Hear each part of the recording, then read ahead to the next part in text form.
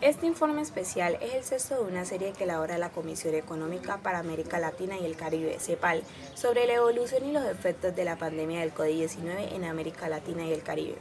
En él se entregan estimaciones del impacto de la pandemia en las exportaciones, importaciones, transportes y logística de los países de la región. La irrupción del COVID-19 se produjo en un contexto de debilitamiento del comercio mundial que se arrastra desde la crisis financiera del 2008 al 2009. La rápida propagación del COVID-19 y las medidas adoptadas por los gobiernos han tenido graves consecuencias en las principales economías mundiales.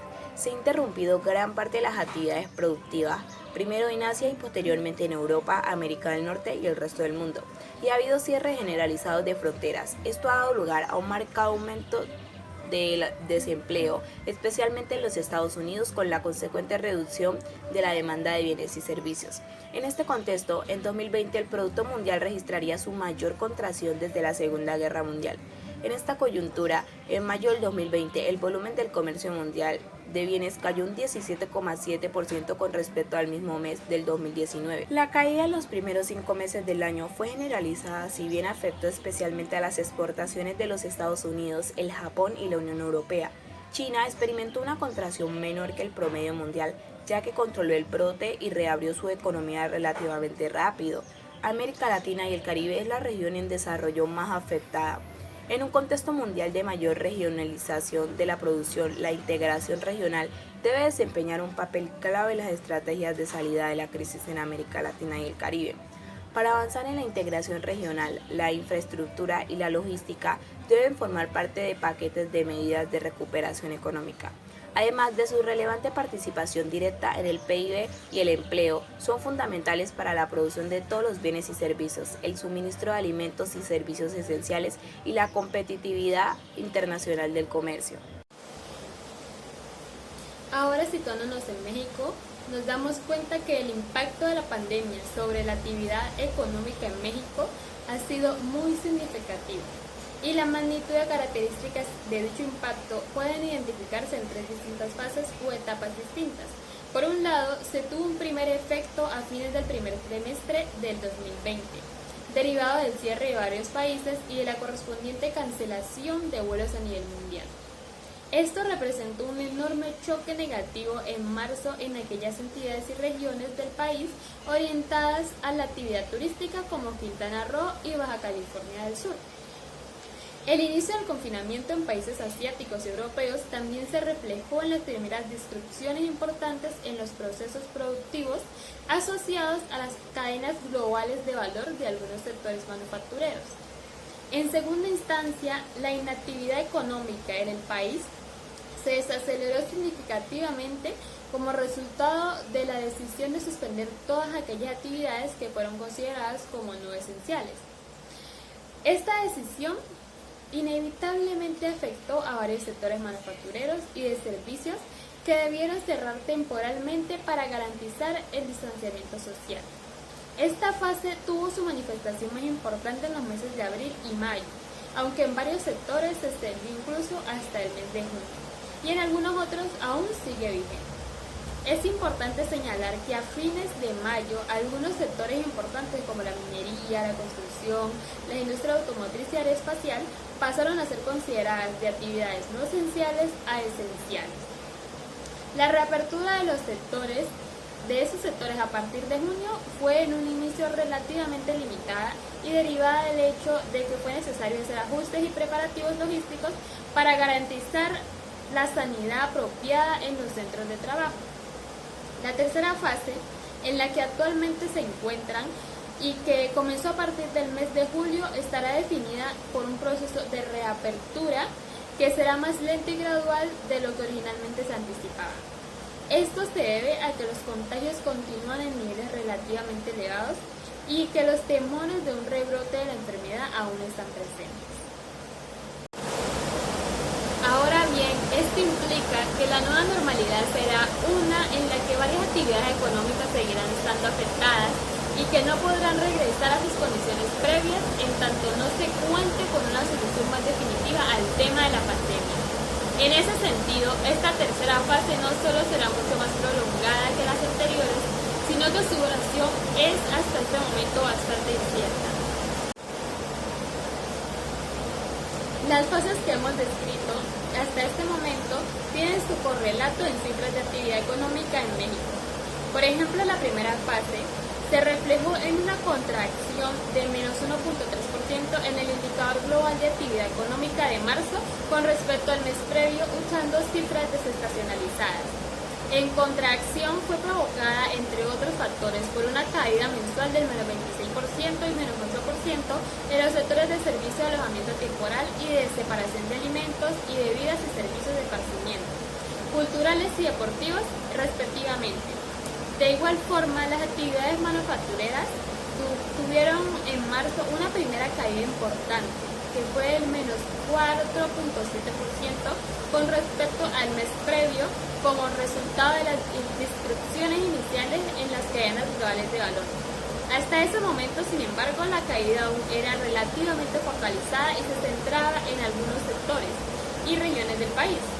Ahora bien, la segunda fase, por su parte, significó una caída mucho más profunda y generalizada. Así, el indicador global de actividad económica de abril disminuyó el 17.3% con respecto a marzo, la contracción más grande de toda su historia para un solo mes. Esta caída fue resultado de una disminución tanto en la actividad industrial del menos 25% como en el sector de servicios en el menos 14%.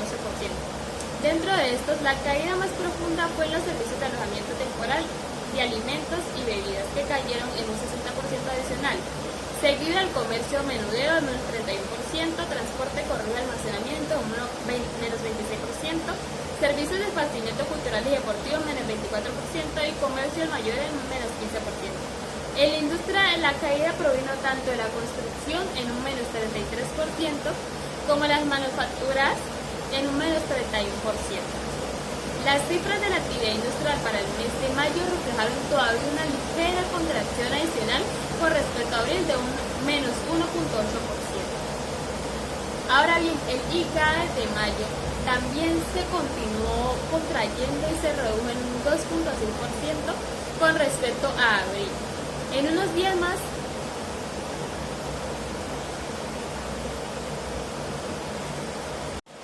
ahora bien, vámonos un poco lejos y hablemos sobre el impacto directo que tuvo la pandemia en la producción, pero esta vez en Asia. La producción china ya se ha visto sustancialmente afectada por el cierre de la provincia de Hubei y otras zonas. Algunos otros países también están empezando a sentir el impacto a medida que sus autoridades ponen en práctica medidas similares. La desaceleración de China tiene efectos en los países exportadores según el Banco Mundial. Las mayores fuentes de importaciones de China son Corea, Japón y otros países asiáticos. Al igual que el resto del mundo, la economía colombiana se ha visto grandemente afectada, enfrenta uno de los choques más fuertes gracias a la pandemia del COVID-19.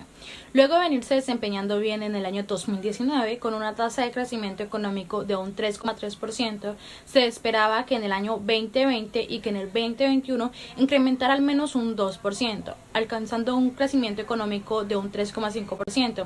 Pero al llegar la pandemia, Colombia sufrió una fuerte pérdida en el primer trimestre del año. Los principales resultados señalan unas pérdidas económicas que varían entre el 4,6 billones y un 5,9 millones por mes, con los escenarios de aislamientos considerados. Estas son cifras que representan entre un 0,5 y un 6,1% del PIB nacional. La rama económica de servicios aparece como la más afectada, destacan las actividades de alojamiento, servicios de comida, servicios inmobiliarios, servicios administrativos, actividades profesionales y técnicas, construcción y comercio. En relación con la distribución regional, Bogotá, Antioquia y el Valle del Cauca registran el mayor aporte en la pérdida total de todos los escenarios considerados. Por su parte, aquellos que aparecen como más vulnerables al aislamiento son Antioquia, Boyacá, San Andrés y el Valle del Cauca. La pandemia del COVID-19 ha afectado de forma mundial la economía de todos los pobladores del planeta Tierra, pero en relación a nuestro nivel nacional, a Colombia específicamente, te voy a comentar cuáles han sido los sectores económicos más afectados. En primer lugar, tenemos la recreación y el turismo, con un porcentaje de un menos 37,1%. Todo esto equivale a que múltiples de las restricciones hacen referencia a las aglomeraciones de público y sabemos bien que para la recreación, como lo puede ser ubicado en parques temáticos, en cines, en centros comerciales, todo esto ha disminuido su movimiento y con eso su economía. Y en otro lugar el turismo se afectó enormemente, ya que muchos de los extranjeros no podrían salir de sus países e ingresar al nuestro. Y nosotros como colombianos, por nuestra misma salud y prevención, no nos vamos movilizando de una ciudad a otra a conocer diferentes lugares. Así que todo esto ha afectado enormemente a todos. En segundo lugar, un sector económico que ha afectado ha sido las actividades artísticas. Las actividades artísticas han sido afectadas con un porcentaje de un menos 34,1%. Todo esto teniendo en cuenta que todos estos eventos se realizaban en lo que son los coliseos, en las plazoletas públicas y por la misma aglomeración han sido cancelados provisionalmente. En tercer lugar, un sector económico que me ha afectado también personalmente, lo puedo decir, es el comercial. Múltiples de las familias que vivimos del comercio, hemos sido afectadas durante esta pandemia gracias al COVID-19 y nuestra economía ha disminuido, nuestros ingresos se han disminuido y nuestros pasivos han aumentado grandemente. Esto con un porcentaje en Colombia global de un menos 34,1%. En cuarto lugar y por último tenemos las construcciones y las obras con un menos 30%. Esto hace de que ya las edificaciones que se tenían programadas, de que múltiples personas, tanto naturales como jurídicas, que pretendían construir alguna cosa, algún edificio, una edificación, ya lo han cancelado de sus planes rotundamente porque saben que la economía no está dispuesta para realizar estos avances o estos movimientos en este preciso instante. Entonces todo esto ha afectado. Sabemos bien que la economía pues sí ha disminuido en Colombia, pero también por nuestra inteligencia, capacidad y sobre todo eficacia podemos salir adelante. Todo esto con los múltiples emprendimientos que hemos tenido y también apoyándolos. El coronavirus ya ha propagado la muerte de 1.800 personas en todo el mundo.